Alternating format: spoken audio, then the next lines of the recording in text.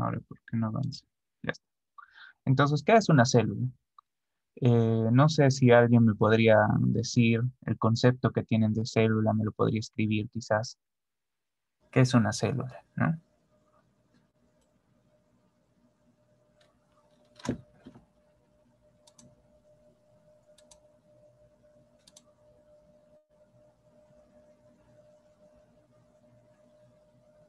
Bueno, al parecer nadie sabe qué es una célula, ¿no? Entonces, prácticamente ahí está. Supongo que se va a ver el chat. Ya. A ver, vamos a ver. Víctor Condori nos dice, es la unidad mínima de materia viva. Es la mínima unidad morfológica y fisiológica de seres vivos, ¿no? Entonces, creo que todos estamos de acuerdo en que la célula es la mínima unidad de los seres vivos, la mínima unidad de la vida, la mínima unidad de materia viva, ¿no es cierto?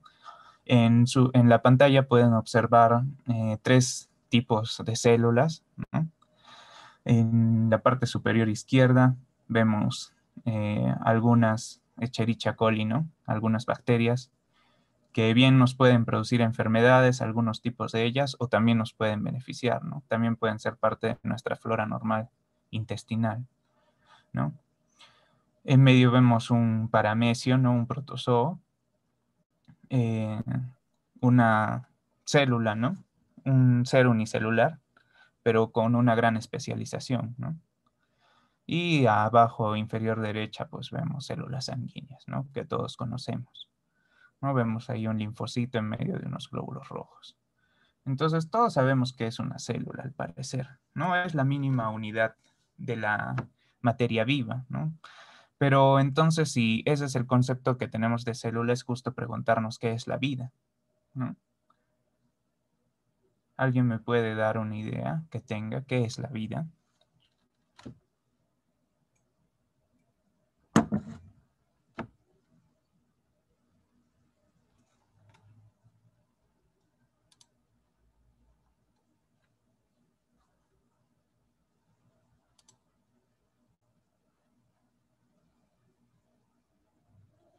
¿Alguien que pueda contestar con su micrófono en el chat? ¿O nadie tiene idea de qué es la vida?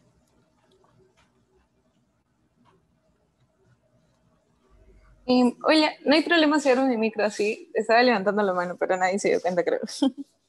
Sí, por favor, el moderador avíseme, por favor. Sí, sí, puedes hablar, compañero. Ya. Creo que si lo vemos del punto de biología sería la unión de dos o más células.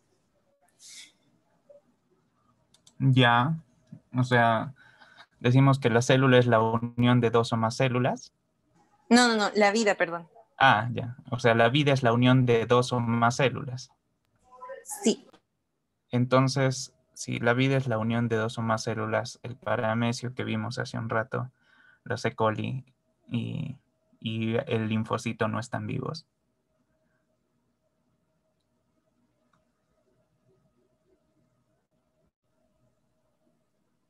Yo creo que para conseguir o considera que algún amigo debe cumplir ciertas características. Ok, ¿no? Algunas formas de definir la vida, ¿no es cierto? Nuestro compañero, pues hay características que nos ayudan a definir qué está vivo y qué no está vivo, ¿no? Melissa nos dice que la vida es la cualidad esencial de animales y plantas, pero las bacterias, las arqueobacterias, los protozoos, hongos no están vivos. Esa nos dice, la vida son los organismos que son capaces de cumplir ciertas funciones como nutrición, interesante. Y Luis Fernando nos dice, es un conjunto de características que separan a los seres inanimados de los animados del metabolismo, ¿no? Entonces, las dos últimas respuestas junto con el comentario que nos mencionaron hablado, nos hablan de eso, ¿no? De ciertas características, ¿no? Que nos pueden ayudar a diferenciar lo que está vivo de lo que no está vivo. Pero si bien es cierto, ni siquiera o sea, ¿qué es la biología, no? La ciencia que estudia la vida, ¿no es cierto? pero ni siquiera la biología puede definir exactamente qué es la vida. Ok, dice, desde la biología hace referencia a aquello que distingue plantas, hongos, protistas, arqueas y bacterias del resto de realidades naturales. Ok. Y Donato nos dice, la vida es un proceso el cual se autoconserva y evoluciona. Un concepto interesante, ¿no? Entonces, como decía, la misma biología ni siquiera se pone de acuerdo en qué es la vida, ¿no? Es un concepto difícil de definir, propiamente dicho, valga la redundancia, ¿no? Lo que hemos hablado hasta el momento, esas características solo nos ayudan a definir de qué está vivo y qué no está vivo, ¿no? Pero no podemos dar una definición de qué es la vida, ¿no? Entonces, al menos para dar esa definición operacional que nos ayude a diferenciar la materia viva de la no viva, pues tenemos esas características, ¿no? Las características que diferencian a los seres vivos de los seres no vivos, ¿no? De los, bueno, de la materia biótica, ¿no? Se han definido por diversos autores, ya hay distintas características, ¿no? Que se pueden definir, ¿no? Por ejemplo, algunas que han mencionado nuestros compañeros, ¿no es cierto? Son metabolismo, ¿no es cierto? Nutrición, eh, o puede ser un proceso que se autoconserva, ¿no? Y evolución, ¿no? Eso está interesante. Un proceso que se autoconserva y evoluciona, ¿no? Entonces, tenemos diversas definiciones de vida, no hay un consenso y ahora vamos a hablar de cómo se originó la vida, ¿no? Pero no hay un consenso así, tenemos características que quizás nos ayuden a diferenciar las cosas, ¿no? Eh, el, ah, un concepto interesante que me gusta también y que maneja la NASA es un concepto operacional, ¿no? Que utiliza para buscar vida, ¿no? La NASA, el concepto que utiliza la NASA es que la vida es un sistema químico autosostenible bueno, que obedece a las leyes de Darwin, ¿no? Que obedece a las leyes de evolución de Darwin, ¿no? Es un concepto interesante, ¿no? La vida es un sistema químico. Y es que hay que por eso, ¿no? Los seres vivos, al final de cuentas, ¿qué somos? Materia, somos sistemas físico-químicos complejos, bastante complejos, a diferencia de la materia no viva, ¿no? Que se autosostienen. Es verdad, no necesitan, o sea, por sí mismos pueden vivir, pueden continuar con sus funciones, ¿no? Además que pueden producir descendencia, ¿no? Pero estas características, por ejemplo, también son debatibles, ¿no? Por ejemplo, para un ser vivo debe reproducirse. Esa, por ejemplo, esa característica que nos dice San Mico, ¿no? Los vivos deben reproducirse. Es una característica interesante, ¿no? Pero hablemos, por ejemplo, de una mula. La mula es producto ¿de quién? ¿Del cruce de qué animales? De un caballo y un burro, ¿no? O sea, de una yegua y un burro, ¿no? Nos da producto una mula. La mula puede tener descendencia, puede tener hijos, a decirse. No, ¿verdad? Todos estamos de acuerdo que no puede. Y entonces una mula no está viva. Creo que es obvio y todos vamos a decir que una mula sí está viva, ¿no es cierto? Ese es el problema con las características, ¿no? Pero bueno, obviamente podemos escudriñar un poco más y decir, pues la mula no se reproducirá, pero sus células sí se reproducen, ¿no? Y si esas células forman a la mula, pues la mula está viva, ¿no? Entonces tenemos diferentes definiciones de vida, tenemos diferentes características, pero no hay un consenso exacto, ni siquiera en la biología, de saber exactamente qué es la vida, ¿no? Solo tenemos definiciones operacionales que nos ayudan a diferenciar la materia viva de la no viva, ¿no? Y aunque no sabemos exactamente qué es la vida, pero sí podemos diferenciar los objetos vivos de los no vivos, la materia viva de la no viva. También es justo preguntarse cómo se originó la materia viva, ¿no? ¿De dónde se originó? ¿Cuál fue el origen de la vida? ¿No? Bueno, lamentablemente quizás para algunos, también para mí, aún no tenemos pruebas, ¿no? La única prueba que tenemos actualmente es que la única vida que existe, o sea, prueba fiable, ¿no? Al 100%, es la nuestra, ¿no? Eso es lógico pensar también que en un universo tan grande no puede existir otro tipo de vida o no puede haber evolucionado, producido algún tipo de vida, ¿no? Pero al menos en nuestro contexto podemos estudiar cómo se originó la vida en nuestro planeta, ¿no? Todos conocemos más o menos la historia del universo, ¿no? En resumidas cuentas, luego del Big Bang y toda la energía concentrada en ese punto explotó y llevó toda la materia a todas partes, ¿no? Y con ese universo en continua expansión. Pronto esa energía se fue convirtiendo en materia, ¿no? Se fue condensando, formando las nubes de polvo, nubes de gases que formaron posteriormente estrellas y planetas, ¿no? Y así se formó nuestra Tierra, nuestro planeta, ¿no? Nuestra Tierra primitiva, como sabemos, tenía una atmósfera muy distinta a la actual, ¿no? Con prácticamente, bueno, en realidad no tenía oxígeno, ¿no? Con nada de oxígeno, ¿no? Y algunos compuestos sueltos, ¿no? Compuestos químicos sueltos por ahí, ¿no? Entonces, la pregunta es, entonces, si era química viva, química muerta, ¿no? ¿Cómo la química muerta originó la vida, ¿no? Y bueno, hay diversas teorías, ¿no? La más conocida y la más antigua fue la de Oparin, que seguro todos conocen, ¿no? Oparin dividía, ¿no? Los periodos de producción de la vida, ¿no es cierto? Antes de que exista vida, hubo una evolución, pero prebiótica, ¿no? Le decía Oparin. Una evolución de esos compuestos químicos, que fueron de lo más simple, se fueron convirtiendo en lo más complejo, ¿no? Hasta producir las moléculas complejas que están dentro de nuestras células, ¿no? Formando así, cambiando, llegando a esa complejidad que diferencia la química viva de la no viva, ¿no? Oparin decía que era necesario que en esa atmósfera primitiva terrestre existan al menos los violentos más comunes en todos los seres vivos, ¿no? ¿Que cuáles son? Carbono, ¿no? Sabemos qué más, ¿no? El conocido CHOMS, ¿no? A ver, vamos a ver qué han respondido. Hidrógeno, ajá. Claro, carbono, hidrógeno, nitrógeno, oxígeno, ¿no? Y en menor cantidad, ¿no? Entonces era necesario que existan, porque bueno, están en la mayoría en todas nuestras biomoléculas están, ¿no?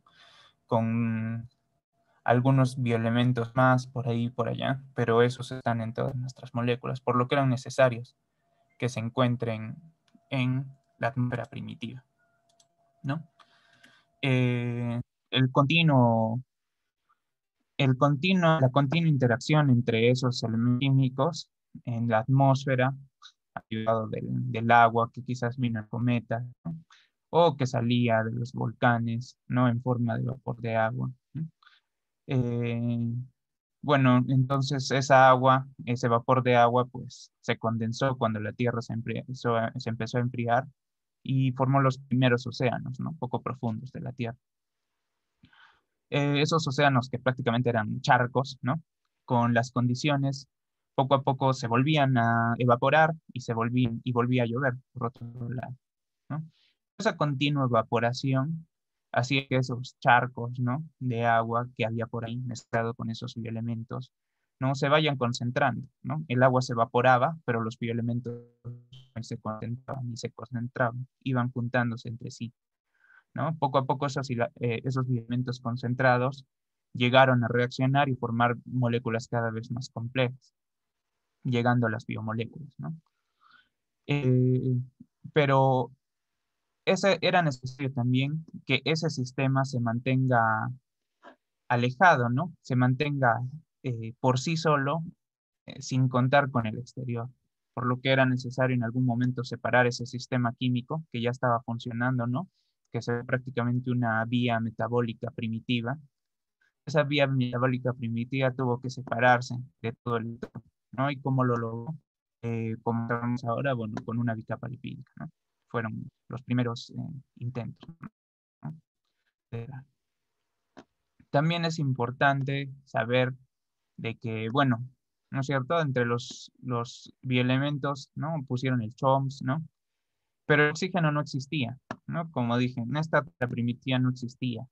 Y es importante que no existiera el oxígeno en esta atmósfera primitiva para poder conseguir vida. Porque en la atmósfera actual, con la cantidad de oxígeno que tenemos, ¿no? ¿Cuánto es el porcentaje de oxígeno en nuestra atmósfera? Pregunta. ¿No? Con el porcentaje, a ver, vamos a ver, ya respondieron, somos 21%, ¿no? Al nivel de mar, claro.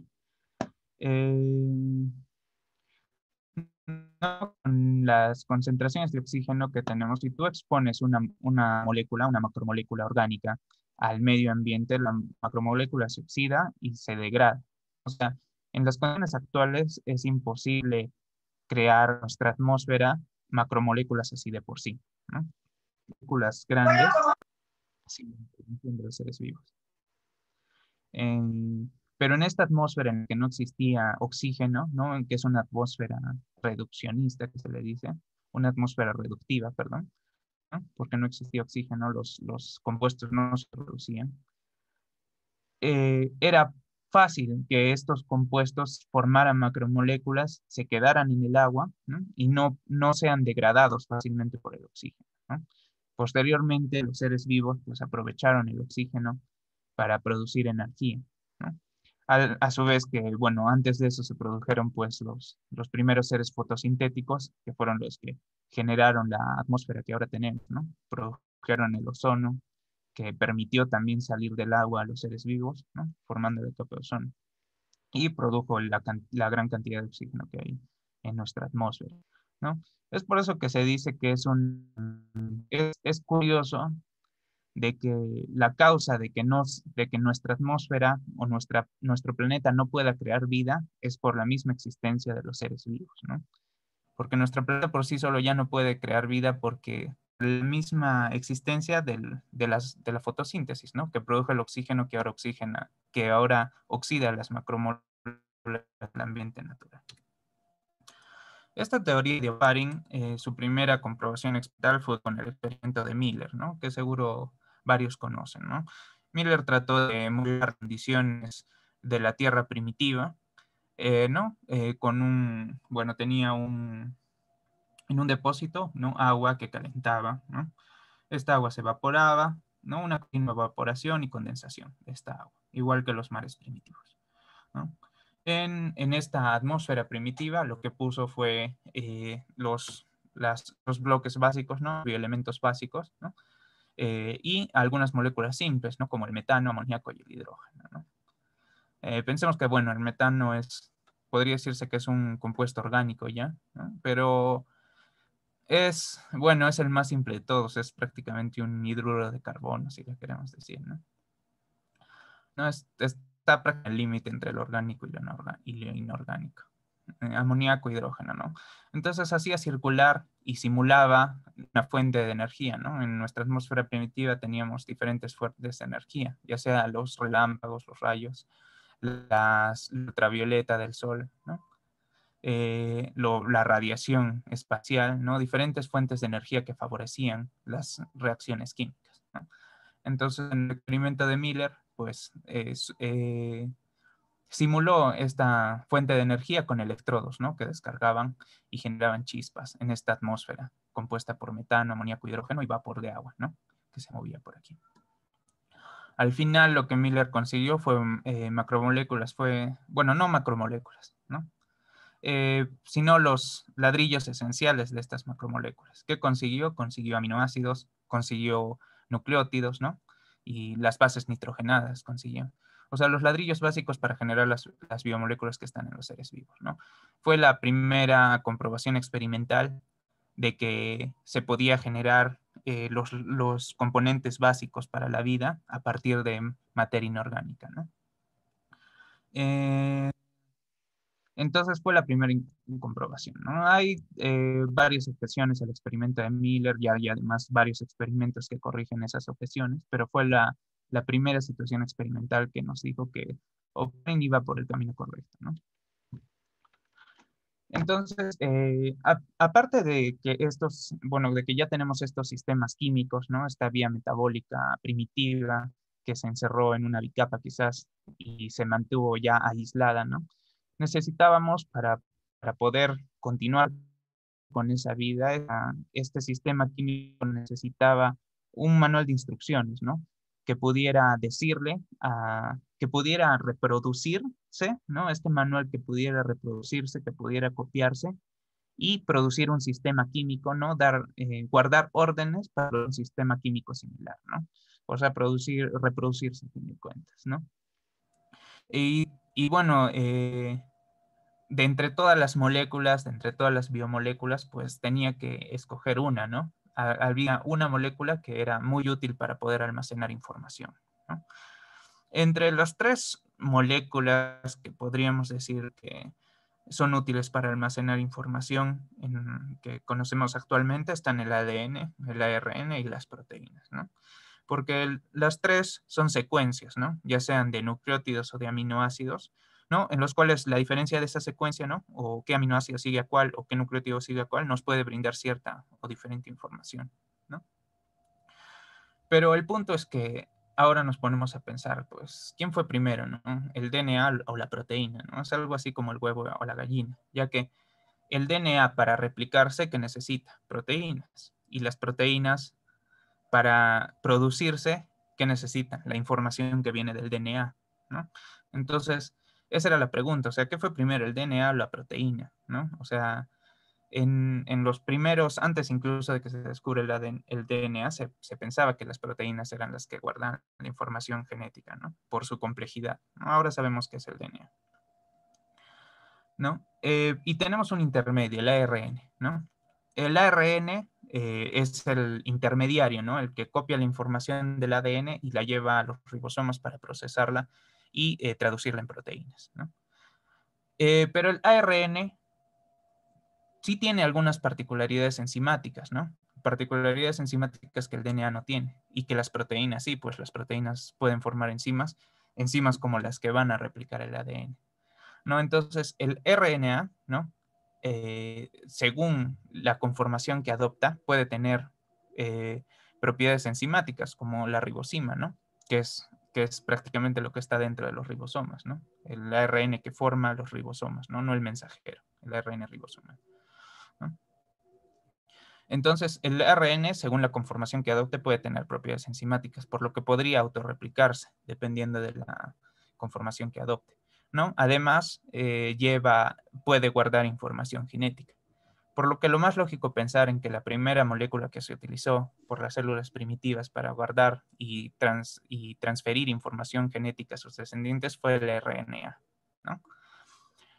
Posteriormente, ¿no? No se sabe aún exactamente cómo se hizo esa coordinación, ¿no? Pero ese ARN autorreplicante pues empezó a producir proteínas, ¿no? Y esas proteínas pues eran asociadas a la información que llevaba el ARN, ¿no? Esas proteínas obviamente aceleran esas reacciones químicas que en la naturaleza no se dan tan rápido, ¿no? Que son las enzimas que actúan como biocatalizadores, ¿no? Y a final de cuentas, pues se consiguió una molécula que tenía más seguridad, ¿no? En el hecho de que al tener doble cadena puedes guardar más información y a la vez tienes la seguridad de si pierdes un pedazo de la información, puedes repararla con la cadena contralateral, ¿no?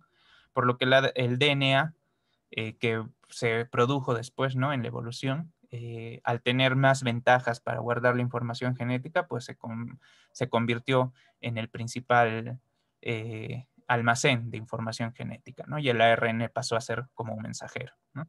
Pero el ARN lo más probable es que fuera el primer sistema de almacenamiento de información genética, ¿no? Bueno, y bueno, ¿desde cuándo vienen pues la vida, ¿no? ¿Desde cuándo existe la vida en la Tierra, ¿no?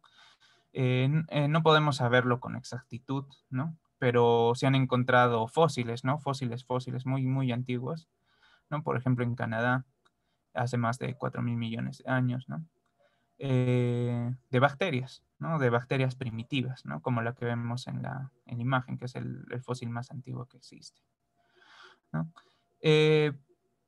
Algunos piensan que quizás no fue posible que la vida necesariamente se produzca en la Tierra, ¿no? Que hemos tenido ayuda, algunos investigadores sugieren que la vida, hasta la más primitiva de la Tierra, para, es demasiado compleja como para haberse producido por sí sola en la Tierra, ¿no? Algunos dicen que quizás la vida pudo venir en algún meteorito, ¿no? Pudo venir del espacio. Y bueno, esto podría o no ser eh, sustentable en el hecho de que sí se han encontrado en algunos meteoritos, ¿no? Que han llegado a la Tierra, pues huellas de lo que parece ser bacterias, ¿no? Pero son huellas que también pueden ser producidas químicamente, así que no es seguro tampoco, ¿no? Lo que sí podría ser más plausible es que sí, bien en meteoritos, sí se hayan traído compuestos orgánicos que son fácilmente producibles en el espacio, como por ejemplo el metano, ¿no? Que lo vimos que es parte del experimento de Miller, perdón. ¿No? El metano se produce en grandes cantidades en el espacio y es comúnmente traído en meteoritos, ¿no? Entonces sería lógico pensar que sí hayan traído compuestos, pero no necesariamente que hayan traído la vida. Y si la trajeron los meteoritos a la Tierra, pues seguimos con la cuestión, ¿no? ¿Y cómo se produjo la vida en otros planetas? Este, por ejemplo, bueno, es unas vesículas, ¿no? Compuestas por una bicapa lipídica y en su interior albergan aminoácidos. Estas vesículas con aminoácidos en su interior se produjeron luego de, bueno, instantáneamente, ¿no? Luego de analizar un meteorito que cayó en Australia, si no me equivoco, en el 67, ¿no? Bueno, ¿no? Entonces se vio, ¿no? Que sí, los meteoritos pueden traer moléculas, biomoléculas incluso de otras partes, ¿no? O sea, es también lógico pensar de que nos han ayudado, ¿no? Trayendo compuestos de otras partes o quizás sí pudieron traer la vida, ¿no? Pero no resuelve la pregunta de cómo se produjo la vida. Bueno, entonces, ahora que sabemos, y más bien no sabemos qué es la vida porque aún no se puede definir, ¿no? Pero sí podemos saber, sí todos estamos de acuerdo que la célula es la unidad funcional, ¿no? La mínima unidad de la vida. ¿Y cómo se descubrieron las células? ¿No? Bueno, las células, ¿no? Y el término fue acuñado por Hooke, ¿no? Que fue el que inventó el microscopio bifocal. ¿No? Hooke lo que hizo fue agarró un corcho, ¿no? Seguro muchos conocen la historia, ¿no? Y se preguntaba por qué el corcho tiene esas propiedades tan buenas de atrapar los gases, ¿no? En una botella. Cortó láminas finas del corcho con una navaja, ¿no? Y las observó con su microscopio, ¿no? Y lo que vio fue celdas, ¿no? Fue celdas parecidas a un panal de abejas, ¿no? Es lo que dijo Hooke. ¿No? Y entonces, por su parecido con las celdas de los monjes, dijo Hooke, no sé cómo serán las celdas de los monjes, pero Hooke dice que son así. Él le llamó a estas celdas, ¿no? O sea, en inglés cells, ¿no? Cells, células. Entonces, de ahí viene la palabra célula, ¿no? Gracias a su descubrimiento, lo que Hooke estaba viendo en sí eran las paredes celulares, ¿no? De las células muertas del tronco del árbol del que se sacó el corcho, ¿no? Pero bueno, este descubrimiento le valió a Hooke que se vuelva curador de la Real Sociedad de Londres, ¿no? La primera sociedad científica de Inglaterra. Y bueno, si bien su descubrimiento el descubrimiento de las células se le atribuye a Hooke, tenemos que hablar también de Van Leeuwenhoek, ¿no? Van Leeuwenhoek era un tapicero, ¿no? Era un costurero, que su pasatiempo era hacer microscopios de una sola lente, ¿no? Como el que vemos abajo, ¿no? Los microscopios de Leeuwenhoek eran bastante buenos para hacer de una sola lente, ¿no? Permitían ver incluso los espermatozoides, ¿no? Leeuwenhoek escribió sus observaciones, él fue el primero en ver los paramecios que vimos en la primera imagen, ¿no? Y describió sus observaciones en muchísimas cartas que envió también a la Real Sociedad de Londres, ¿no? Pero bueno, como era un tapicero, ¿no? Por 50 años mandó sus cartas Leeuwenhoek, pero como era un tapicero, un costurero, no tenía una formación científica, ¿no? Además que extrañamente acompañaba sus cartas de las descripciones de su día a día, ¿no? Que le restaban rigor científico a sus observaciones, pues fue tomada con escepticismo, ¿no? No se le creía lo que veía, ¿no? Hasta que el Real, 50 años después de sus cartas, ¿no? Aburridos ya, la Real Sociedad de Londres envió al propio Hooke a comprobar si lo que decía Leeuwenhoek era cierto, ¿no? Porque no se había visto células en movimiento hasta ahora, no se había visto ese mundo microscópico, ¿no? Hooke solo había descubierto esas celdas, ¿no? Y bueno, Hooke lo comprobó y Leeuwenhoek también fue nombrado miembro de la Real Academia de Londres, ¿no? A pesar de sus orígenes humildes, ¿no? Tenemos que diferenciar dos tipos de células, ¿no? Procariontes o eucariontes, eso todos los conocemos. La diferencia entre las procariontes, ¿no? Pro, que es antes, ¿no? Antes del núcleo, ¿no? Las procariontes son aquellas que no tienen un núcleo definido, ¿no? Su DNA, su material genético, si bien está organizada, ¿no? En cierta parte del citosol, no está rodeado de una membrana que lo diferencia del resto del contenido celular, ¿no? A diferencia de las eucariontes, ¿no? Que EU es bueno, puede ser incluso verdadero, verdadero carionte núcleo, ¿no? Verdadero núcleo, ¿no? Que sí tienen una división notoria, ¿no? Entre el núcleo, que contiene el material genético, y el resto de los organulos y el citosol, ¿no? Otra diferencia entre las células procariontes y eucariontes es su complejidad, ¿no? Las bacterias, que son las procariontes esenciales, ¿no? Las más conocidas, ¿no? Si bien son organismos bastante complejos, ¿no? Como lo van a ver en el resto del curso, en algunas partes del curso también, es obvio, ¿no? Que las células eucariontes tienen una complejidad mayor, ¿no? Con gran cantidad de organulos, ¿no? U organelos, ¿no? Que la diferencian de las células procariontes, ¿no? Algo interesante en las células eucariontes, pues son algunos organelos como los cloroplastos en las células vegetales o las mitocondrias, ¿no? Eh, ¿Qué de interesante tienen los cloroplastos y las mitocondrias en las células eucariontes, ¿no? Primero que tienen su propio material genético, ¿no? Ambos son los responsables de generar prácticamente la energía, ¿no? Tanto en las células vegetales como animales, pero tienen un ADN diferente al del núcleo, ¿no? Tienen sus propios genes, tienen eh, sus propios genes, sus propias proteínas, ¿no? Incluso un código genético un poquito diferente, ¿no? ¿Y por qué? O sea, ¿por qué si los cloroplastos y las mitocondrias están dentro de la misma célula, por qué tienen un material genético distinto al nuclear? ¿No? ¿Alguien tiene una idea? ¿Alguien quiere aportar?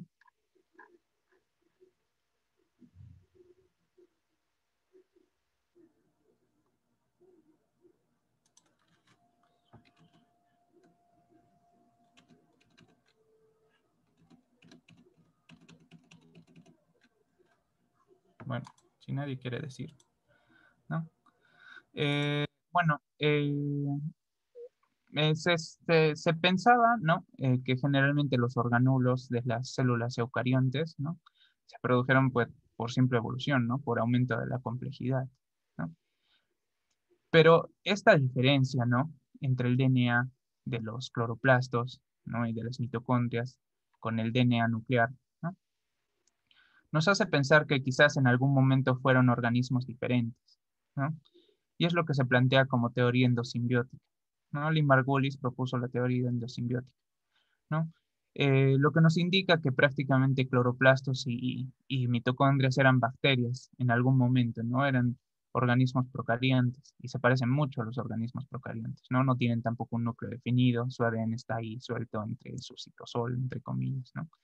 Entonces, en algún momento una célula eh, más grande, ¿no? Y más desarrollada, que quizás ya estaba desarrollando núcleo, ¿no? Endocitó a una bacteria aeróbica, ¿no? Que estaba por ahí, pero se dio cuenta que, bueno, esta bacteria aeróbica pues producía un exceso de ATPs, ¿no? Que era para que era más de lo necesario para ella, ¿no? Entonces, pues la célula eucarionte pues dijo, pues ya no la voy a degradar, que me dé exceso de esos ATPs y pues yo le voy a seguir dando nutrientes, ¿no? Que se quede dentro de mí, ¿no? Igual con los cloroplastos, ¿no? Alguna cianobacteria, ¿no? Que producía fotosíntesis, que lograba hacer fotosíntesis, pues fue fagocitada por una célula de mayor tamaño.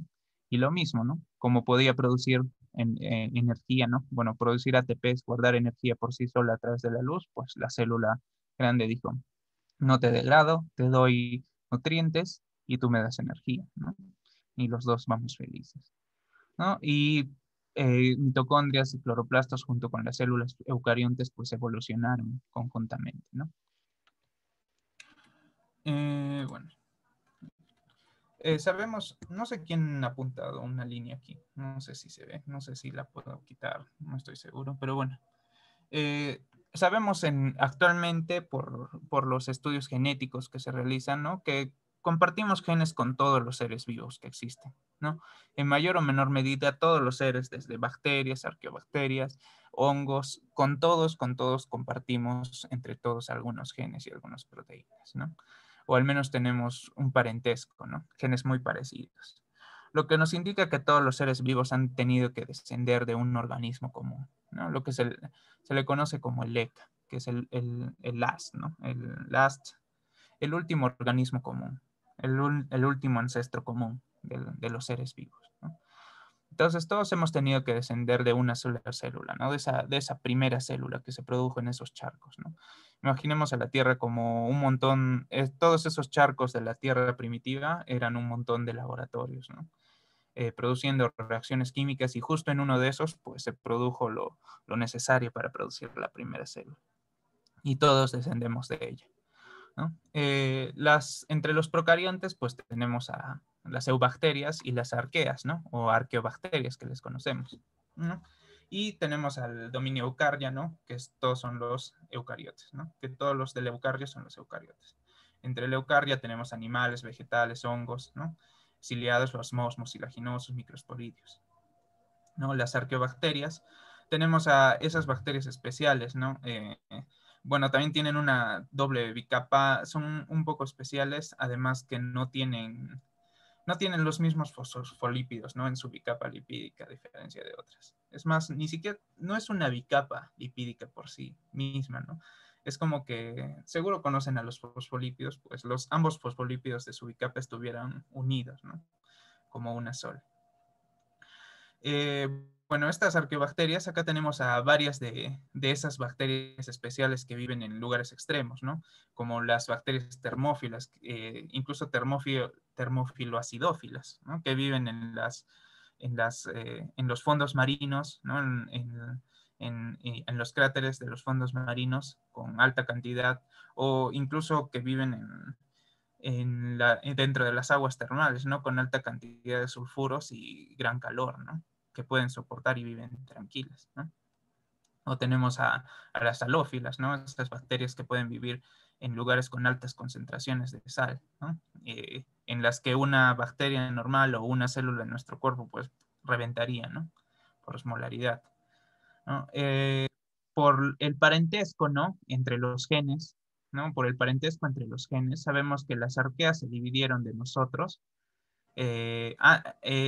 después de dividirnos. O sea, tuvimos un tronco común entre las arqueas, nosotros las eucariotas, nos dividimos juntos de las eubacterias y luego recién nos dividimos, ¿no? Las arqueas y los eucarrios, donde estamos nosotros.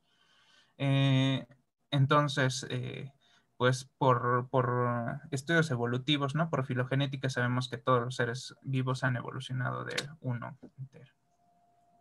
Entonces, ya sabemos que la vida en general y la célula, que es su unidad esencial, es un sistema químico, ¿no? Es un sistema físico-químico, a final de cuentas, ¿no? Bastante complejo. Y toda la complejidad, todas sus funciones se logran gracias a la complejidad de sus moléculas, ¿no? Actualmente no podemos estudiar la biología celular desligada de la biología molecular y la bioquímica, ¿no? No se puede, o sea, así de simple. Y si se trata, está mal, ¿no? Es tonto poder querer estudiar las células sin tratar de entender todas sus funciones, y sus funciones se basan en moléculas, ¿no? Por ejemplo, tenemos en la célula tiene una gran diversidad de moléculas, desde moléculas pequeñas como los iones o incluso el ATP, que es lo que sirve para guardar energía, a moléculas mucho más grandes y complejas como las proteínas, ¿no? Por ejemplo, aquí tenemos algunas estructuras moleculares, ¿no? De proteínas, ¿no? Una enzima, por ejemplo, la vitamina sinteasa, que la vemos a la izquierda, la hormona insulina, que permite comunicar a las células. Sí, Luca. Ajá. Y todavía no soy doctor. Pero sí, la primera célula es la Luca. Eh, ¿No? La insulina que permite comunicar, que es un mensajero prácticamente, ¿no? Entre células que les permite saber cuánta glucosa ingresar o cuánta no. ¿No? La hemoglobina, que como sabemos transporta el oxígeno, ¿no? Nos ayuda a transportar oxígeno, y monoglobulinas que nos defienden contra otros microorganismos, ¿no? Que nos puedan hacer daño a los mamíferos, ¿no? Bueno, adenilatocinasa, ¿no? Otra enzima que fosforila adeninas. Y bueno, nuestra bicapa lipídica, ¿no? Los fosfolípidos de la bicapa.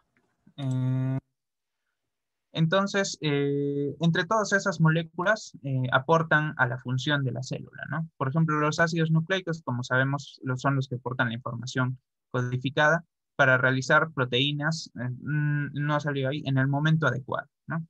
Eh, el ADN contiene toda la información necesaria de un organismo vivo para cumplir todas sus funciones, ¿no? Pero a su vez, las proteínas y la regulación que está encima de este ADN, ¿no? De los ácidos nucleicos, permite que esta expresión, ¿no? Permite una expresión determinada de genes en momentos adecuados, en los momentos que se necesitan, ¿no? Y todo esto es parte de un plan que se ha producido gracias a millones y millones de años de evolución y que ha permitido llegar a la complejidad actual. Eh, ¿No es cierto? Entonces, esa información guardada por el DNA, por el proceso, bueno, de replicación, pues se duplica para poder darla a una célula hija, ¿no? A su vez, por medio de las transcriptasas, esa información puede pasar a ARN, ¿no? Lo que se conoce el proceso como la transcripción. Este ARN mensajero, ¿no? Recordemos que tenemos ARN mensajero, ARN de transferencia, tenemos otros ARNs pequeños, ¿no? Como los microRNAs que no sintetizan proteínas, ¿no? O el ARN de transferencia también que no sintetiza proteínas, pero que cumplen otras funciones importantes dentro de la célula, ¿no? Pero el ARN mensajero, que es el que porta información, que lleva información del DNA al ribosoma, ¿no? La información que porta es para sintetizar proteínas, ¿no? En un proceso que se conoce como traducción, ¿no? Este proceso de replicación, transcripción y traducción es lo que se conoce como el dogma central de la biología molecular, ¿no? El paso de información genética entre estas tres moléculas importantes, ¿no? Y bueno, las proteínas que se producen van a ser las que van a realizar en sí la mayoría de las funciones de la célula. Las células construyen y degradan numerosas moléculas y estructuras, ¿no? Una característica importante de las células es que tengan metabolismo, ¿no? Y tenemos dos tipos de metabolismo, el catabolismo y el anabolismo, ¿no? El catabolismo es degradar, ¿no? Moléculas grandes en moléculas más pequeñas, en componentes más pequeños. Y el anabolismo es lo contrario, unir, ¿no? Formar compuestos mucho más complejos a partir de compuestos más simples, ¿no? Como parte del catabolismo, la célula, al degradar esos compuestos que obtiene del medio, puede almacenar la energía contenida en esos compuestos que obtuvo del medio y almacenarla en otras moléculas propias que le van a servir después, ¿no? Como por ejemplo el más conocido que todos conocemos, el ATP, ¿no? Las células obtienen la energía obtenida, ya sea de la luz por fotosíntesis o por degradar compuestos con energía elevada, ¿no es cierto? Esa energía liberada al romper esos enlaces de esas moléculas complejas, esa energía la utiliza para unir un fosfato inorgánico a un ADP, ¿no es cierto? Y guardar energía en un enlace de alta energía, ¿no? Propiamente dicho, como el del ADP, entre el ADP y el fósforo inorgánico, ¿no? Dándonos un ATP. Y a su vez puede degradar este ATP rompiendo ese enlace entre el ADP y el fósforo inorgánico para liberar nuevamente esta energía y utilizarla en lo que necesite, por ejemplo, en síntesis de macromoléculas celulares, DNA, RNA, proteínas, ¿no? O síntesis de otros constituyentes celulares, en los movimientos mismos celulares, ¿no? El transporte de moléculas en contra de la gradiente de generación o potencial o generación de un potencial eléctrico, ¿no es cierto? Entonces las células pueden degradar o pueden convertir, ¿no? Compuestos químicos, ¿no? Y pueden degradar y aprovechar esa energía para utilizarlas como ellas necesiten. Las células también reciben y envían información, ¿no? Si bien en los seres unicelulares, pues la información que reciben es la de su medio, ¿no? Como el pH en el que están viviendo, la osmolaridad en la que están viviendo, o algunos seres multicelulares, entre comillas, como las colonias, ¿no? Eh, eh, que son, bueno, pluricelulares en realidad, ¿no? Que son células que, no una colonia de bacterias, en general son un grupo de bacterias que están unidas entre ellas por algunos glúcidos, ¿no? Por algunas geles, si le queremos llamar de glúcidos, pero que pueden vivir fácilmente separados. O sea, si tú separas esa bacteria de la colonia, pues ella va a seguir viviendo, no necesita de las demás para vivir, ¿no? Pero se pueden comunicar entre las bacterias de la colonia para reproducir la colonia, ¿no? Cuando una colonia de bacterias se reproduce, cada una de sus bacterias, ¿no? Que la forman, se divide al mismo tiempo, o se comunican entre ellas, se dividen al mismo tiempo y una vez que todas las bacterias de su colonia se han dividido, toda la colonia se divide en la mitad, ¿no? Así se reproduce una colonia de bacterias. Entonces se comunican entre ellas, pero no necesitan esa comunicación para sobrevivir, ¿no? Ya que puedes separar una de esas bacterias y esta va a seguir viviendo tranquilamente, ¿no? Pero en cambio en organismos multicelulares complejos, como son pues los mamíferos, las plantas, pues para que todas las células sobrevivan necesitan estrictamente de comunicarse, ¿no? Las células de un organismo multicelular complejo no pueden vivir por sí solas si es que no se comunican entre sí, ¿no es cierto? Si no se regulan entre sí, si no se avisan qué está pasando, si no se avisan, acá falta glucosa, ¿no? Mándame glucosa. O si no se dicen, oye, te estás dividiendo mucho, te vas a acabar el alimento para los demás, ¿no? Como lo que ocurre en el cáncer, ¿no? Cuando una célula se divide, sin importarle el resto, ¿no? Rompe comunicaciones prácticamente con las demás y dice, yo me divido aunque me digas que no me divido, ¿no? El cáncer es así. Entonces, ¿cómo se comunican estas células? ¿Cómo reciben y envían información? Todas las células en general, ¿no? Mediante ya sea receptores de superficie o receptores en su núcleo, ¿no? Por ejemplo, en la imagen A que vemos aquí, ¿no es cierto? Las células tienen receptores de superficie, ¿no? Estos receptores de superficie van a unirse a moléculas que pueden estar en el medio, ¿no? En el ambiente, ¿no? Y esto va a producir una cascada de señales, ¿no? Va a producir una cadena de reacciones bioquímicas que a final de cuentas o van a activar algo en el citosol o van a llegar al núcleo para activar distintos genes y producir una respuesta celular, ¿no? Por ejemplo, algo conocido, la insulina, ¿no? Que lo hemos visto hace rato. No, una célula tiene receptores en su superficie celular, llega la insulina y produce su vía de señalización, ¿no? Que va a producir que salgan, ¿no? Algunos receptores que ya están en el citosol preparados, ¿no? Los glutos van a salir y se van a pegar a la membrana celular, ¿no? Y estos receptores, que son receptores de glucosa, pues se abren y van a permitir que ingrese glucosa a la célula, ¿no? Así funciona la insulina, así se comunica. Además, la insulina tiene otra vía que llega al núcleo celular, ¿no? Se producen un montón de reacciones químicas que van a llegar al núcleo celular y le van a decir a la célula que exprese otros genes. ¿Qué tipo de genes? Genes de crecimiento celular, ¿no? La insulina también ayuda al crecimiento celular. Entonces crece y se reproduce la célula, ¿no? Y además induce glucosa. Entonces así se comunican las células en su medio, ¿no? También pueden tener receptores intracelulares, ya sea en el sol o en el mismo núcleo, ¿no? Como por ejemplo hormonas, como las hormonas tiroideas o como los corticoides, ¿no?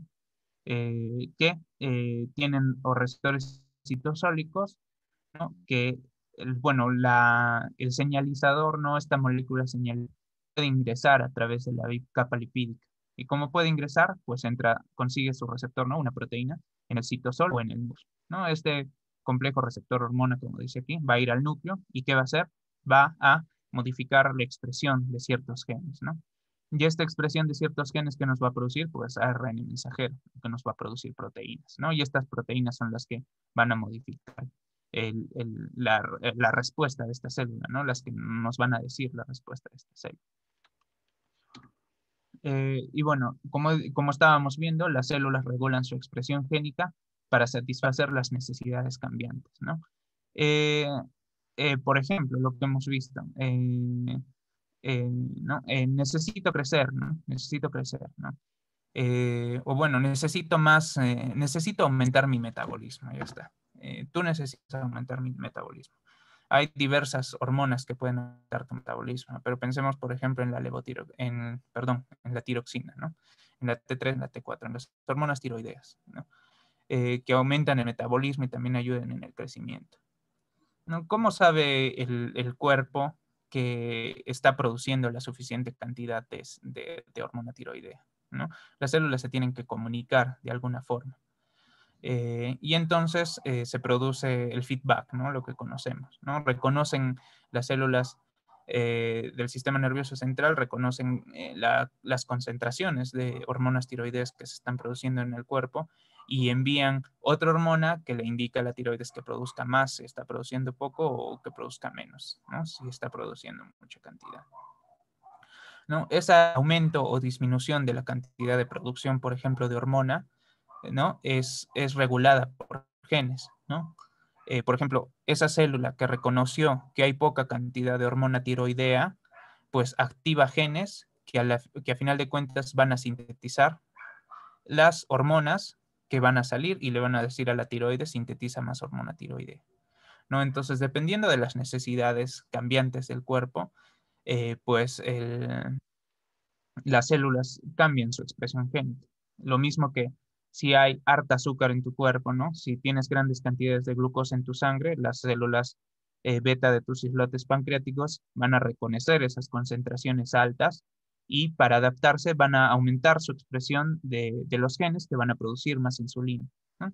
Y también van a liberarla, ¿no? Son procesos complejos que los vamos a entender poco a poco en las siguientes exposiciones, ¿no? Y a su vez, esta regulación de expresión génica tan fina en los momentos adecuados y cómo se deben producir es lo que hace que de una sola célula, que es el cigoto, pueda producir un ser humano completo o un animal completo, ¿no? Un mamífero complejo, completito, con una gran cantidad de diferencias de diferentes tipos celulares que coordinan y se llevan bien entre sí, ¿no? Esta diferenciación genética, ¿no? Porque si sabemos disculpen un momentito, un ratitito, por favor. Me llama por teléfono.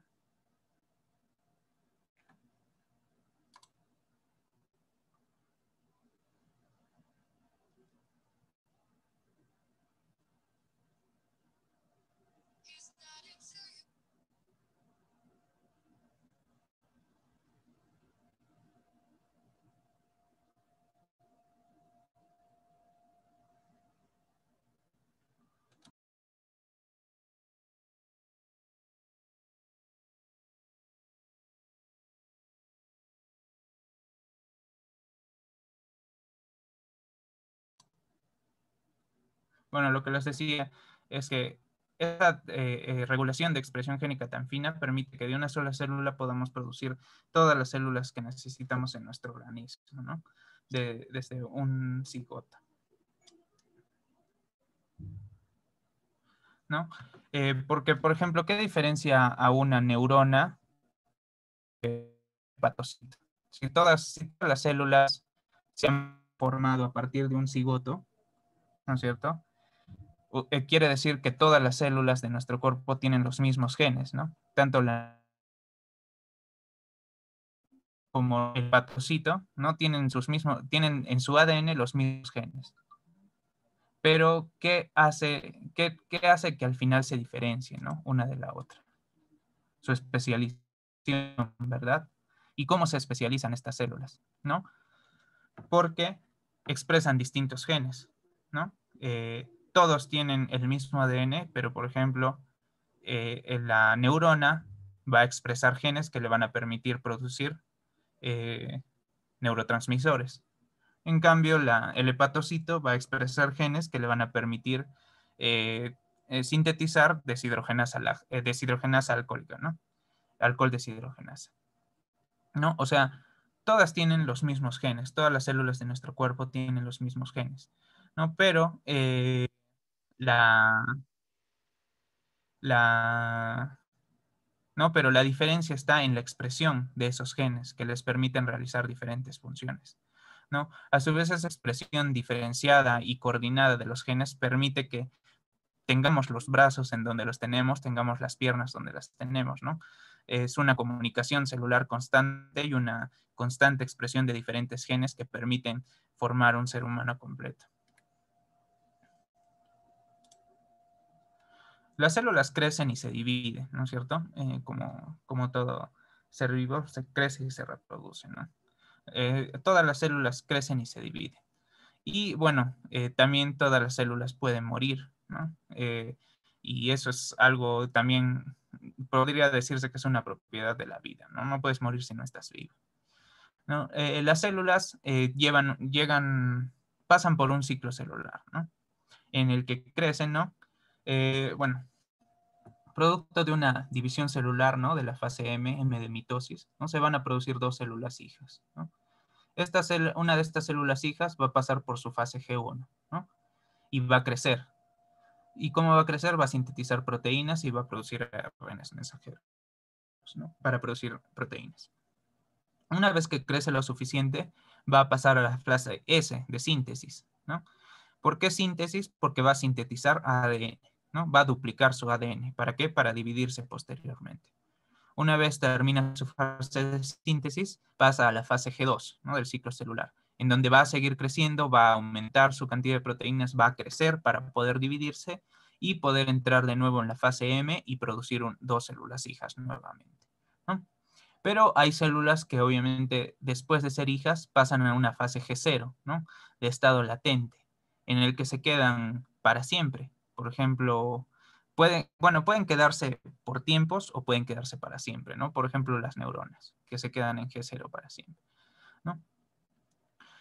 Pero como vamos a ver más adelante, nosotros podemos inducir que ciertas células, manipularlas y decirles que vayan a la fase que querramos, ¿no?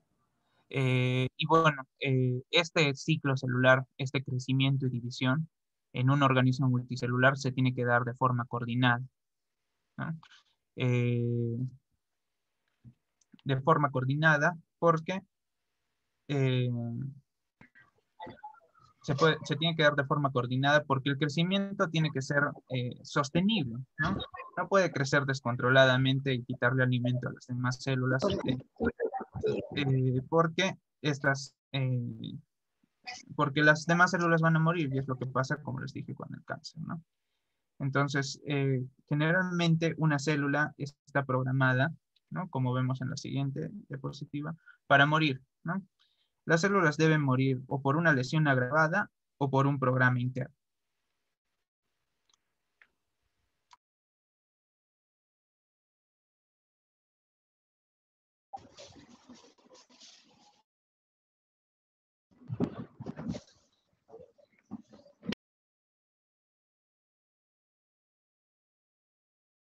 Disculpen esa interrupción. ¿No? Entonces, las células deben morir o por una lesión agravada o por un programa interno, ¿no? ¿Cómo se llama ese programa interno? Seguro todos los conocen y me lo van a poner en los comentarios. Pero es verdad. Sí, apoptosis celular, muy bien.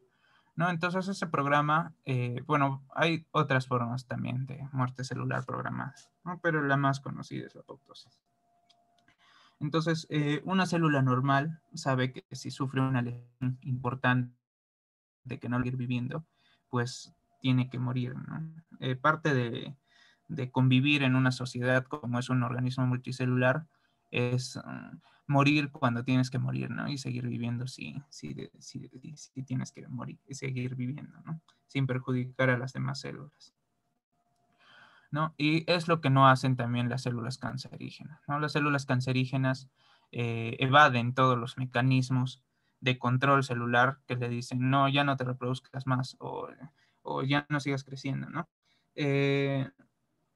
Entonces se evaden todos esos mecanismos, huye la apoptosis y se dividen sin control, ¿no? Produciendo enfermedades como el cáncer, ¿no? Y llegando incluso a la muerte, ¿no? Pero esto también nos ha hecho llegar a muchos avances en lo que es biología celular y molecular, ¿no?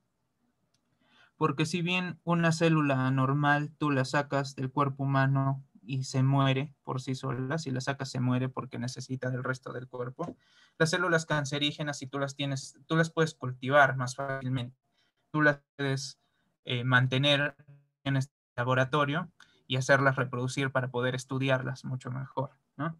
Entre esas células cancerígenas, la primera célula humana en ser cultivada, pues también fue una célula cancerígena, ¿no?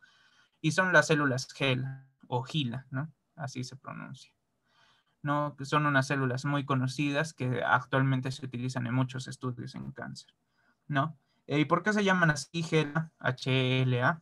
Pues porque vienen, o sea, se obtuvieron de un cáncer de cuello uterino, ¿no? Un carcinoma de una señora que se llamaba Henrietta Lacks, ¿no? HeLa, Henrietta Lacks, ¿no? Y de esa muestra de cáncer cervical que se sacó es de donde derivan todas las células HeLa que están en todos los laboratorios del mundo y se siguen reproduciendo como si nada, ¿no? Mientras tengan las condiciones adecuadas, ¿no? Si tú les das su glucosita, les das sus nutrientes, ellas van a seguir sobreviviendo porque a las células cancerígenas les está completamente igual el resto del ambiente, ¿no? Ellas pueden sobrevivir por sí mismas. HeLa inició las investigaciones in vitro. Una investigación in vitro es una investigación, ¿no? In vitro es in vitro, ¿no? O sea, hacerla in vitro, hacerla en un tubo de ensayo, o sea, en un laboratorio. HeLa se podría decir que nos ayudó en iniciar las investigaciones in vitro en cáncer, ¿no? Pero las investigaciones in vitro, pues, las hemos realizado desde que cultivamos vacunas, ¿no? Hace mucho, mucho tiempo. No, eso es una investigación in vitro, pero podríamos decir que sí ayudó, inició las investigaciones in vitro, pero en cáncer, ¿no? Porque fue la primera vez que pudimos cultivar células humanas de cáncer en un laboratorio, ¿no? Y fue la primera célula humana que se cultivó en un laboratorio, fue una célula cancerígena, de cáncer de cuello uterino. Y bueno, como parte del curso, íbamos a revisar algunos artículos o algunos datos interesantes con respecto al tema que hemos revisado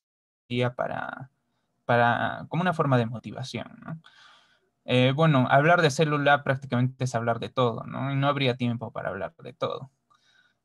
Así que revisar, les traje, bueno, les quiero mostrar algunos artículos interesantes que nos demuestran la importancia del estudio de la célula y sus mecanismos moleculares, ¿no? Y todo lo que hemos logrado hasta ahora, gracias al entendimiento de ellos. Por ejemplo, lo que les dije, ¿no? Si en una célula, si todas nuestras células derivan de una sola célula embrionaria, ¿no? De un cigoto, ¿no? Y a su vez todas las células de nuestro cuerpo tienen los genes, como derivan de una misma célula, todas las células de nuestro cuerpo tienen los mismos genes, ¿no es cierto? Entonces, de alguna forma, yo podría convertir una neurona, ¿no? O, por ejemplo, convertir una célula de la piel en no sé, se me ocurre, en un linfocito, se podría, porque en mi célula de la piel están los mismos genes que están en un linfocito, ¿no? De la misma persona, solo que no se están expresando, ¿no? Entonces es lógico pensar de que de alguna forma, entendiendo los mecanismos por los cuales las células regulan la expresión de sus genes, yo puedo manipular esa expresión de los genes, ¿no? Y decirle a la célula, ya no quiero que expreses los genes de una célula epitelial, ¿no? De la piel. Yo quiero que expreses los genes de un linfocito, ¿no? Y es lo que se está logrando, ¿no? Con todo lo que se refiere a investigación en células madre y ingeniería de tejidos, ¿no? Por ejemplo, este artículo es más o menos del 2017, ya un poco antiguo, ¿no? Pero es interesante porque fue de los primeros en los que, por ejemplo, en este artículo del 2017, que es conversión de un endotelio del adulto a células madre hematopoyéticas inmunocompetentes, ¿no? En este estudio lo que se realizó es las células endoteliales, que son el recubrimiento interior de los vasos sanguíneos, ¿no es cierto?, de un ratón adulto, las agarraron y las reprogramaron. Les dijeron, no, yo ya no quiero que tú seas endotelio, yo quiero que seas células hematopoyéticas, ¿no? Entonces, esa reprogramación se puede hacer de distintas formas, ¿no? A final de cuentas, todas las células tienen los genes para producir todas las células. Entonces, si yo introduzco los factores de transcripción correctos en esta célula endotelial, por ejemplo, yo le puedo hacer que empiece a expresar los genes de un linfocito y que silencie los genes de célula endotelial, ¿no? Bueno, en este caso, que exprese los genes de célula madre hematopoyética, ¿no?, productora de células sanguíneas, y silencie los genes de célula endotelial, ¿no? Entonces yo puedo en el laboratorio manipular esta expresión de genes selectivamente y producir células hematopoyéticas. ¿Para qué nos serviría esto? Pensemos en un paciente con leucemia, ¿ya? ¿Qué necesitan muchas veces los pacientes con leucemia? ¿No? Depende del tipo de leucemia, ¿no? Pero lo más conocido, lo que lo ven en todos lados, depende mucho del tipo de leucemia. ¿Qué es GR?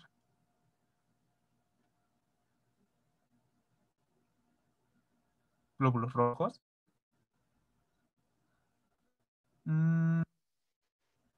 ¿Qué es la leucemia?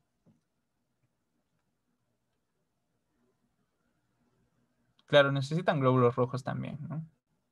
Bueno, depende del tipo de leucemia, ¿no? Pero ¿qué es lo que muchos han escuchado, no? ¿No han escuchado del trasplante de médula ósea?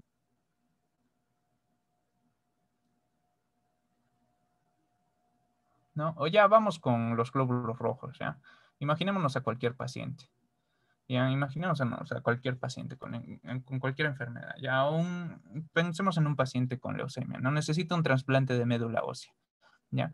Pero el problema es que, bueno, podemos conseguir a un compatible, ¿no? O cualquier trasplante de órganos, no sé, imagínense una persona que necesita un hígado o una persona que necesita un pulmón, ¿no? Cualquier trasplante de órganos. Tenemos un problema, podemos conseguir a alguien compatible con él, que su sistema inmune reconozca un poco, ¿no? A ese órgano extraño que le estás poniendo, ¿no? Una persona que necesita un riñón, le pones un riñón y si le pones un riñón compatible, pues el sistema inmune va a decir, creo que no es mi órgano, pero creo que sí, no estoy seguro, ¿no? Y lo va a atacar. No tan fuerte como si le pusieras un órgano no compatible, pero lo va a atacar. ¿No? Los pacientes que reciben órganos, ¿no? A los que se les dona órganos, de por vida van a estar, se les tiene que poner inmunosupresores, sí o sí, aunque el órgano sea compatible, porque tarde o temprano lo van a matar a ese órgano, ¿no? Entonces, de por vida van a recibir inmunosupresores. Entonces, y otro problema, ¿qué tal no hay un riñón para él? No hay un donador compatible. El paciente está en la lista de espera meses, años, hasta que se muere y nunca consiguieron un riñón para él, ¿no? Pero ¿qué logramos con esto? Imagínense, este paciente necesita un riñón y hasta sus riñones ya se malograron, ¿no? Pero ¿qué pasa si yo agarro una célula de su piel, la reprogramo, le digo, no, ya no quiero que seas piel, yo quiero que seas riñón, ¿no? La reprogramo y puedo utilizar andamios, ¿no? Diferentes ya procesos de ingeniería tisular para producir un riñón, ¿no? Y ese riñón, ¿qué va a ser? Va a ser prácticamente un riñón de esa persona, con todos sus genes, con toda su compatibilidad, que no va a producir nada de rechazo a su organismo, porque va a ser un riñón producido por sus mismas células. Has conseguido un riñón, le has conseguido un riñón al que no va a necesitar estar inmunocomprometido toda su vida, lo va a tolerar bien y vas a solucionar el problema de los donantes, ¿no? Que cada vez hay menos. Bueno, cada vez hay más gracias a las campañas, pero siguen siendo muy pocos para la cantidad de gente que necesita donantes. Entonces, este es un gran avance, ¿no? Entender cómo funcionan las células, cómo expresan sus genes, nos puede permitir manipular la forma en que expresan y convertirlos en la que queramos, ¿no? Ahora estos procesos actualmente son bastante caros, ¿no? Y quedan en el campo de la investigación aún, pero eso no quiere decir que posteriormente los procesos se economicen y puedan ser aplicados más fácilmente al campo clínico, ¿no? Ese es un artículo interesante que me pareció. Y otro que seguro todos han escuchado, ¿no? Del año pasado, ¿no? Que se volvió, en todos los medios lo empezaron a pasar, ¿no? Las gas fosfina en las nubes en cúmulos de nubes de Venus, ¿no es cierto? ¿Qué es la fosfina? A ver, alguien que haya escuchado este artículo, que estaba en todos lados. ¿Alguien lo ha escuchado?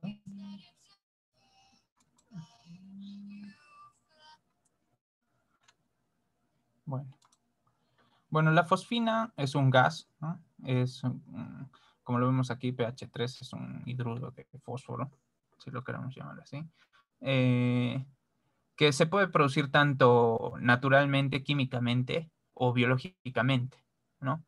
El punto es que en las nubes de Venus, por espectrometría, se encontraron concentraciones de fosfina que no son comunes encontrarlas en, o sea, en una atmósfera, o sea, no son posibles encontrar esas concentraciones eh, con la química inorgánica que conocemos.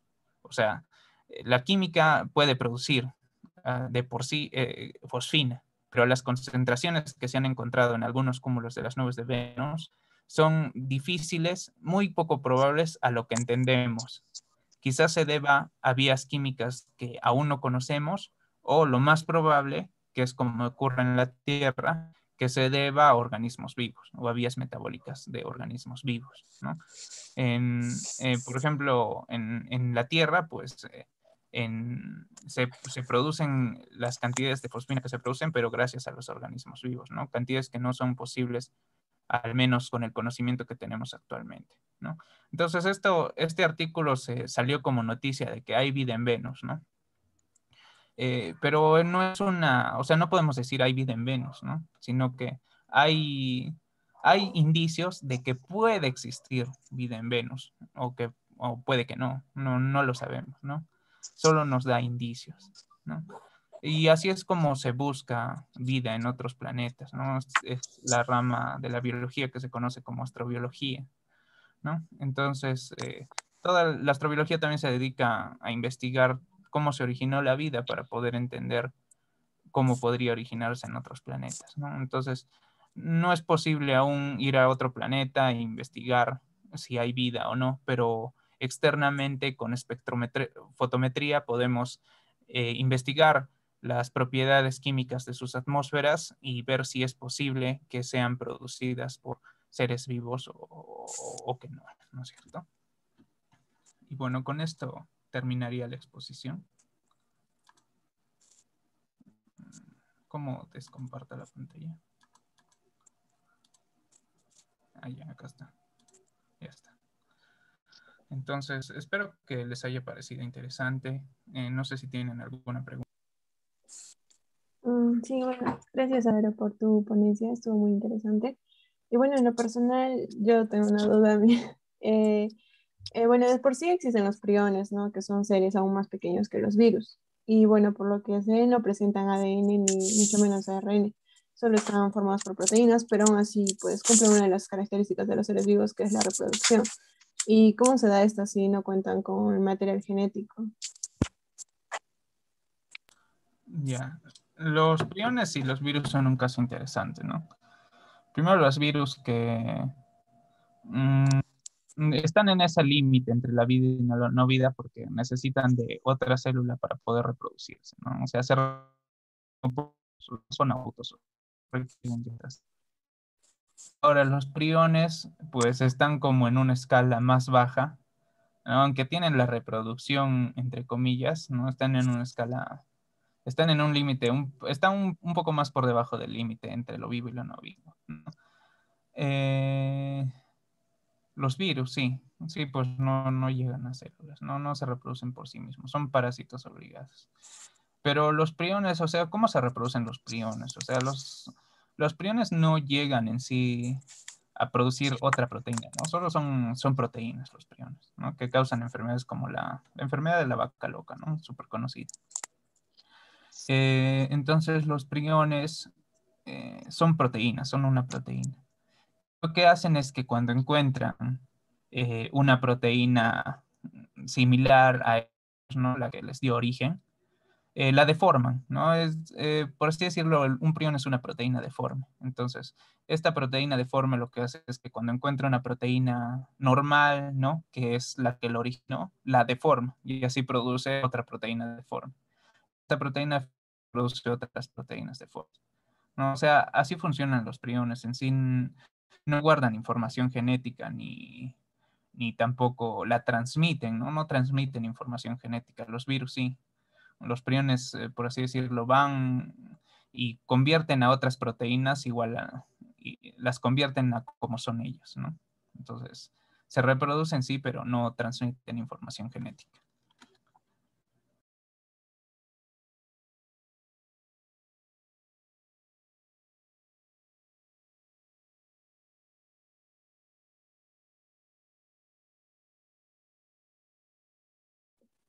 ¿Alguna otra pregunta? Sí, Jeremy pregunta si los priones tienen enzimas propias. Ah, ya. No, o sea, como dije, podríamos decir que un prión es una enzima nomás, ya si lo queremos decir así. Pero solo es una molécula, solo es una proteína. O sea, no podríamos decir tampoco que si, que si tienen enzimas propias, porque solo es una molécula. O sea, solo es una proteína, nada más.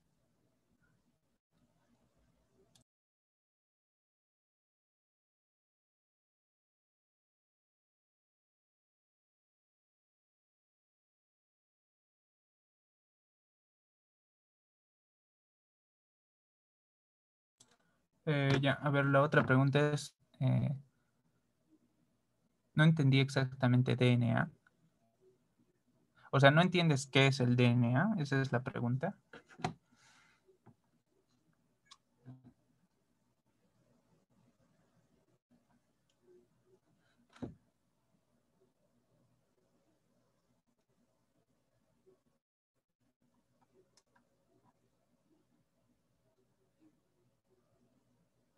Ah, ya. Sí, había una pregunta del pretest que decía, ¿cuál es la primera molécula que utiliza una célula primitiva para llevar información, ¿no? Y sí, es el ARN, ¿no? Es probable. Ujú. Y la pregunta de qué es el DNA. Bueno, o sea, en nuestro cuerpo hay diversas moléculas, ¿no? Es un poco difícil explicar todo, como digo, es un tema amplio. Pero entre todas las moléculas que cumplen diferentes funciones, tenemos y el ADN, que es una cadena de nucleótidos, ¿no? Y entre los nucleótidos que tenemos son adenina, guanina, citosina y timina, ¿no? En el ADN, ¿no? Porque en el ARN, ¿qué tenemos en vez de timina? Si alguien responde.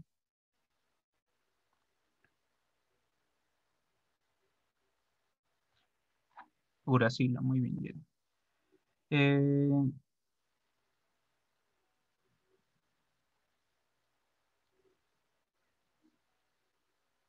ya, entonces, a ver. Ya, entonces es una cadena. Entonces, esa secuencia de nucleótidos te da información, ¿no? Posteriormente, ya en las clases siguientes lo van a ver, ¿no? Un triplete, tres de esos nucleótidos te da la información de un aminoácido, ¿no? O información de stop o información de inicio de cadena de proteínas, ¿no? Entonces, lo que lleva el ADN al final es información de proteínas o ARN en general, información que se va a convertir en ARN. Y ese ARN puede ser mensajero, que te va a producir proteínas, puede ser de transporte, que va a llevar otros aminoácidos para producir las proteínas, puede ser microRN, que va a regular la expresión de otros genes, ¿no? Entonces, a final de cuentas, el ADN es una secuencia de nucleótidos y con esa secuencia particular, ¿no? Que va a ser diferente para cada proteína, ¿no? y con variaciones entre cada persona, que es lo que nos va haciendo un poco diferentes, ¿no? Tenemos variaciones en nuestras proteínas. Tenemos las mismas proteínas, o sea, yo tengo mi hemoglobina, tú tienes tu hemoglobina, yo tengo mi insulina, tú tienes tu insulina, ¿no? Pero quizás puede haber variaciones pequeñas entre ambas insulinas, ¿no? Pero ambos tenemos la misma molécula. Entonces, esas variaciones pequeñas y la misma cadena, esa información de cómo se sintetiza una cadena de insulina, ¿no? Cómo se sintetiza una insulina, está guardada en el ADN, en esa secuencia, ¿no? Esa secuencia de nucleótidos me va a decir qué aminoácidos tengo que juntar para producir la insulina, ¿no? Eso es ¿Alguna otra pregunta?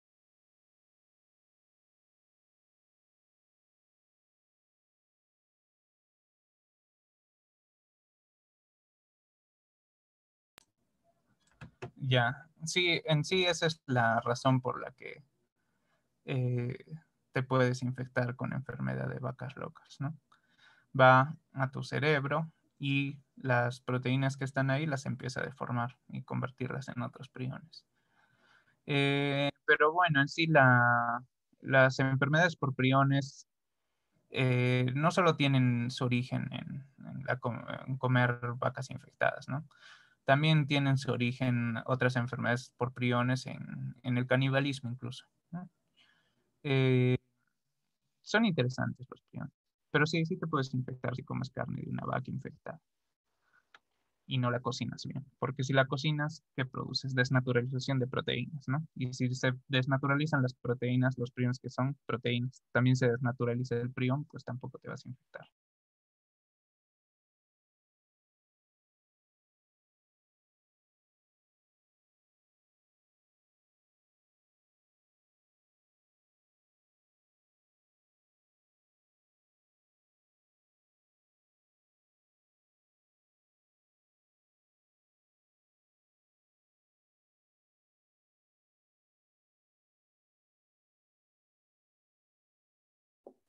También tenemos otra pregunta, Jeremy, que dice si los viroides son diferentes a los virus.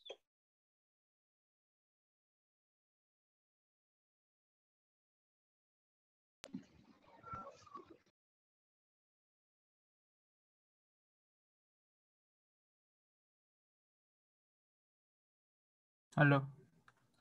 Ah, ya. O sea, son parásitos obligados, al igual que los virus, pero tienen cierta diferencia en su composición. O sea, esa es la diferencia. ¿No? Los virus, o sea, tienen una constitución molecular más compleja que los viroides, ¿no? Los viroides no suelen tener proteínas ni lípidos, ¿no? Y no tienen una cubierta en su ARN, por ejemplo, ¿no? Y suelen ser solo de ARN. O sea, también son parásitos obligados celulares, pero su complejidad es menor que la de los virus.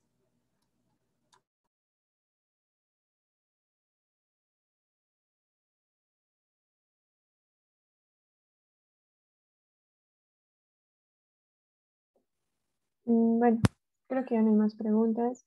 Entonces, gracias Álvaro por la ponencia. Y ahora se les va a enviar el post-test y tienen 20 minutos para llenarlo y si aprueban, les llegará automáticamente su certificado a su correo.